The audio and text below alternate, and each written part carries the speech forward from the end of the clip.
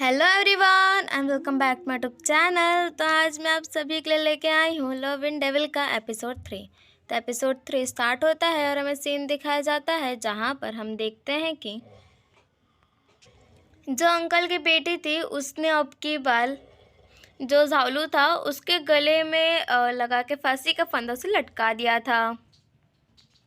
जो मोतिंग था वो आता है और वो आके जैसे उसे छुड़ाता है तब तक वो बेहोश हो जाता है बिकॉज ज़्यादा इंटेंस हो गया था वो।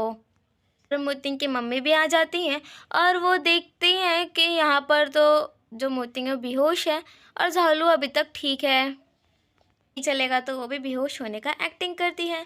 तो जो आंटी थी कि चलो दोनों को उठा के लेके चलो। फिर नेक्स्ट सीन में हम देखते हैं कि जो झालू थी वो पहले बोलती कि अब मैं क्या करूं, क्योंकि जो मोतिंग की मम्मी थी वो डायरेक्टली ब्लेम तो नहीं कर सकती थी। नाटक करती है और कहती है कि मुझे माफ़ करना, मुझे पता है मेरी गलती है और मैं नहीं चाहती कि आप जो अंकल थे उनकी बेटी को आप पनिशमेंट दो। और यहाँ पर जो अंकल की बेटी थी उनका नाम लांशी था। तो अब मैं ऐसे बार बार नहीं बोल सकती कि अंकल की बेटी थी, इसकी वजह से उसका नाम जो था लांशी, तो मैं उससे वही बुलाऊंगी। तो फिर लांशी कहती कि नहीं मुझे नहीं पता, ऐसा कुछ नहीं हुआ, मैंने तो ऐसा कुछ किया भी नहीं। तो यहाँ पर जो मोतिंग की मम्मी थी वो कहती हैं कि अच्छा ठीक है कोई नहीं, छोड़ो ये मैटर। बाय द वे लांशी, अब से तुम्हें ना जो झालू है उसे भाभी बुलाना पड़ेगा। तो वो शौक और कहते क्या मतलब कुछ भी। तो यहाँ पर मोतिंग की मम्मी कहती हाँ अब मुझे कुछ नहीं पता, अब तुम लोग की शादी होगी करके। कोई रिएक्शन भी नहीं था। फिर हम नेक्स्ट सीन में देखते हैं कि वो फिर से युंशी को याद कर रही थी जिसे सुन लेता है मोतिंग और वो आके उसके हाथ से वो रेड नोट ले लेता है जो एक्चुअली झालू ने बनाया था। मुझे भी मिलना है कि आखिर युंशी है कौन। तो फिर झालू कहते हैं तुम मेरा सामान वापस दो, तुम हटाए मेरा ही सामान क्यों ले लेते हो, मुझे वापस दो करूँगा। फिर हम नेक्स्ट सीन में देखते हैं जहाँ पर झालू मिलने गई होती है युंशी से और पूछ रही होती है कि आखिर आप कैसे हो। तो कहते हैं मैं तो ठीक हूँ, बाय द वे ये शुक्रिया, और वैसे आपको मेरा नाम कैसे पता। तो कहती है मैंने मास्टर्स को बात करते हुए सुना तो इसकी वजह से। तो कुछ और बोली पाती कि तब तक वहाँ पर जो मोतिंग था वो कहता है कि एक्चुअली हम लोग यहाँ पर ना आपको अपनी शादी का इनविटेशन कार्ड देने आए थे कि हमारा काम हो गया है तो अब हम यहाँ से जाते हैं। जिसे देख के जो सालू थी एकदम शॉक और कहती ये कब हुआ, मैंने कब हाँ की, और वो वहाँ से जादू से गायब हो जाते हैं। युंशी था वो ये कहते कि अगर सच में मेरे पास टाइम रहा तो मैं ज़रूर आऊँगा। फिर यहाँ पर हम देखते हैं कि जो मोतिंग था वो कहे तुम्हारा टेस्ट तो सच में बहुत ज़्यादा ही ख़राब है। यहाँ पर झालू कहती है कि देखो चाहे कुछ भी हो मुझे नहीं पता, अगर युंशी से मेरी शादी नहीं हुई तो और किसी से नहीं होगी, देख लेना।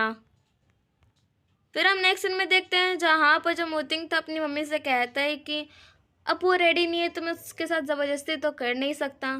तो यहाँ पर वो कहती हैं, उसकी मम्मी समझाती हैं कि देखो शर्मा रही होगी वगैरह, ये सब बोल के उसे शांत करवा के भेज देती हैं वापस। फिर हम नेक्स्ट सीन में देखते हैं जहाँ पर वापस अपने पावर से जो मोतिंग की मम्मी थी उन्होंने बांध दिया था झालू को और कहती है कि तुम्हें तो शादी करनी ही पड़ेगी। और यहाँ पर जो मेट थी वो जब तैयार कर रही थी और कहते हैं कि मुझे नहीं पता कि तुम आखिर हाँ क्यों नहीं बोल रही हो, सब लोग तो ये बानुआ पवेलियन में शादी करने के लिए मरे जा रहे हैं और तुम हो कि तुम्हें अपॉर्चुनिटी मिली है बट तभी भी तुम्हें नहीं करना। तो बानुआ सुन के वो कहती कि अरे हाँ को तो कुछ काम था ना यहाँ पर। फिर वो पूछती है मेट से क्या तुम किसी लिंग फांगसुन नाम के इंसान को जानती हो। वो कहती है कि नहीं मैं तो नहीं जानती। तो वो कहती है अच्छा मुझे ढूंढना ही पड़ेगा। फिर तो सोचती है कि जब वो यहाँ के यंग मास्टर यानी कि जब वो मोतिंग से शादी कर लेगी तो फिर वो यहाँ की यंग मिस्ट्रेस बन जाएगी जिसकी वजह से वो बहुत ज़्यादा ही हाई पावर होल्ड करेगी। तो फिर वो आसानी से लिंग फांगसुन को ढूंढ सकती है, बचा सकती है। तो इसकी वजह से देखते हैं मोतिंग की मम्मी को और उनकी जो असिस्टेंट थी वो आती है और कहती है कि मैंने मेट्रॉन यानी कि मिस जैसा आपने कहा था मैंने वो सब कर दिया। उन्होंने मोतिंग को बेहोश करके उसका एक ब्लड का ड्रॉप ले लिया था। तो जहाँ पर झालू तैयार होकर आई होती है और भी आया होता वो सब देखे जा रहा था। उसके बाद जो मोतिंग की मम्मी थी उन्होंने दोनों का यानी कि झालू और जो ब्लड उन्होंने मोतिंग से लिया था उसको एक प्लांट में डालती हैं और कहती हैं कि अगर तुम दोनों एक दूसरे के लिए लॉयल नहीं रहोगे फ्यूचर में तो तुम दोनों को बहुत भारी पनिशमेंट झेलना पड़ेगा। यहाँ पर जो झालू थी एकदम शॉक हो जाती है बिकॉज उसे पता चलता है बाद में कि उसका जो ग्रूम है वो तो आया ही नहीं है, यानी कि मोतिंग की जगह उन्होंने एक चिकन लेके आए थे। देखते हैं जहाँ पर वो गुस्सा हो जाती है मोतिंग से और कहते हैं तुम्हें इतना मेरी इंसल्ट करने की कोई ज़रूरत नहीं थी, तुम्हें भी पता है कि मुझे शादी नहीं करनी थी और तुम्हें भी नहीं करनी थी, तो तुमने ऐसा इंसल्ट किया क्यों मेरे साथ? ये सब मेरी मम्मी ने किया है, मेरी कोई गलती नहीं है। तो उसे बहुत गुस्सा आता है और वो वहाँ से भाग जाती है।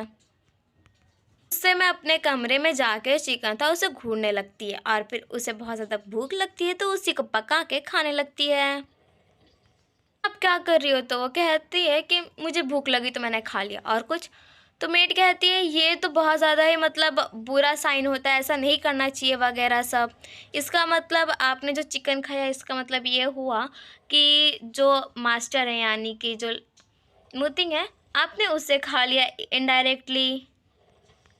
सब सोचने लग जाती है और वो हंसने लगती है। फिर हम नेक्स्ट सीन में देखते हैं जहाँ पर समझा रही होती कि देखो अब वो तुम्हारी ब्राइड है, अब तुम्हें उसके पास रहना चाहिए ना कि यहाँ। अब चलो मेरी नींद खराब मत करो और जाओ यहाँ से। तक एक मेड आके कहती है कि जो झालू है वो अपने कमरे के बाहर एकदम रोए जा रही हैं। तो जिसे सुनते ही जो मोतिंग था वहाँ से जल्दी से गायब हो जाता है। फिर ये सारी खबर जब पहुँचती है लांशी के पास तो वो कहती है अब देखती हूँ कि आखिर आंटी यानी कि मोतिंग की मम्मी कैसे छोड़ती हैं उस चुड़ैल को। है कि जो एक्चुअली झालू थी उसने ना वो जिसमें ऐसा फील हो रहा था कि जो मोतिंग है वो अब नहीं रहा और वो उस चीज़ की शौक मना रही है। मोतिंग यहाँ स्माइल करता है और वो मैजिक से झालू को उठाता है, उसके ड्रेस चेंज करता है वेडिंग ड्रेस में। सो स्वीट सा मोमेंट चालू हो जाता है और इसी के साथ हमारा एपिसोड 3 यहीं पर हो जाता है ख़त्म। Thank you, bye bye.